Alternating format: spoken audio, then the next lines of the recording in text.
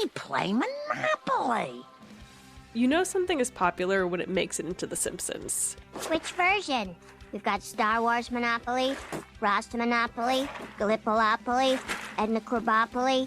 In this one, the family sits down to play Monopoly, a game where the goal is to force competitors into bankruptcy by buying and developing pieces of property.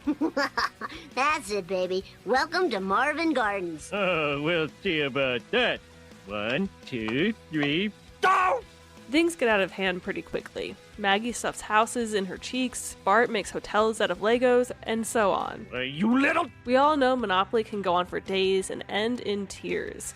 Needless to say, Monopoly does not always bring out the best in people, as shown in a trailer for a motion picture based on the game. Do not pass go. You didn't pay the luxury tax. Go to jail. Do not collect $200. I thought this was just a game. Life is a game. This game never ends. Let it be known that you can spend years of your life writing a book about Monopoly, but your family will still question whether you have the rules right or not. Like zillions of kids, Mary Pilon grew up playing Monopoly. She was a Wall Street Journal reporter after the 2008 financial crash. And I kept thinking of the version of the Monopoly origin story that was tucked into my board game and so many others, that it was invented during, the 1930s by this guy who was down on his luck. Pilon searched the internet, looking for more details, but she kept hitting dead ends. Instead, she learned about an economics professor named Ralph Anspach. In the 70s, he had become locked in a trademark fight for the right to sell his own game, called Anti-Monopoly, so she called him up, thinking he might know something. He immediately got back to me and was like, oh yeah, I've waited 40 years for someone to ask me about this. It's, the history is really complicated, and it wasn't invented by a guy in the Great Depression, it was invented by this woman. And that's how Pilon learned about the real mastermind behind Monopoly, Elizabeth Mcgee, a game designer before women had the right to vote. She was a very outspoken advocate for women's rights. She had written poetry and short stories. She had worked as a stenographer and also had patented a kind of typewriting gadget. And Mcgee was obsessed with the political economist Henry George. And I won't get wildly into single tax theory here. The idea behind single tax theory is to tax land and only land, so that the burden of taxes falls on wealthy landlords. Mcgee taught these ideas after work, but wanted to reach more people.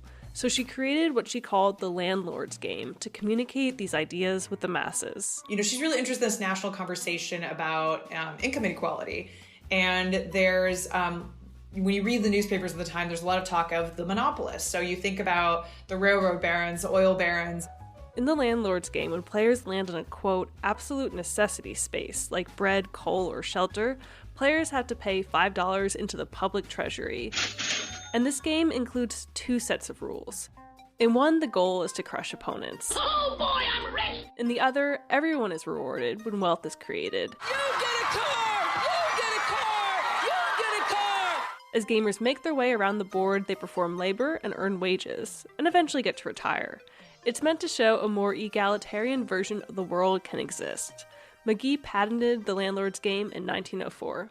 And it's played by this who's who of left-wing America for 30 plus years. Upton Sinclair, author of The Jungle, plays the game. Some of the early founders of the ACLU play the game. It's played at Harvard, it's played at Columbia.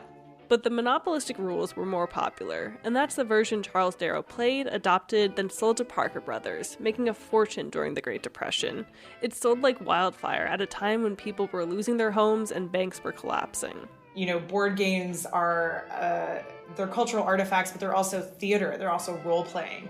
And so I think that Monopoly is an incredibly powerful game at that time because people could be rich. They could, own property. They could do these things that maybe in real life were not necessarily as accessible as they had thought. Darrow became the first millionaire game designer in history and was credited as the inventor of Monopoly for a long time. That's how the history was told until this economist in the 1970s gets, basically a cease and desist. He was making a game called Anti-Monopoly. And he goes, wait a minute, how can someone have a monopoly on Monopoly? And that kicks off his 10-year-long legal battle. It's largely because of this legal battle that we know this history at all. When Hasbro, the company that now sells Monopoly, released Ms. Monopoly, Jimmy Kimmel and many others ridiculed it. Women, they get $1,900 to start with. The men get $1,500. And Women get $240 when they pass go. Men only get $200 when they pass go. It just sounds like a good way to make your son hate your daughter, really. When Hasbro released Ms. Monopoly, they didn't mention Mcgee. She had died in obscurity. One of her last jobs was with the U.S. Office of Education. She developed a reputation as an elderly typist with a lot to say about making games. These hotels are made of Legos. Bart, you're cheating! When it comes to Monopoly, the best among us often lose. For Philosophy Talk, I'm Holly J. McDeed.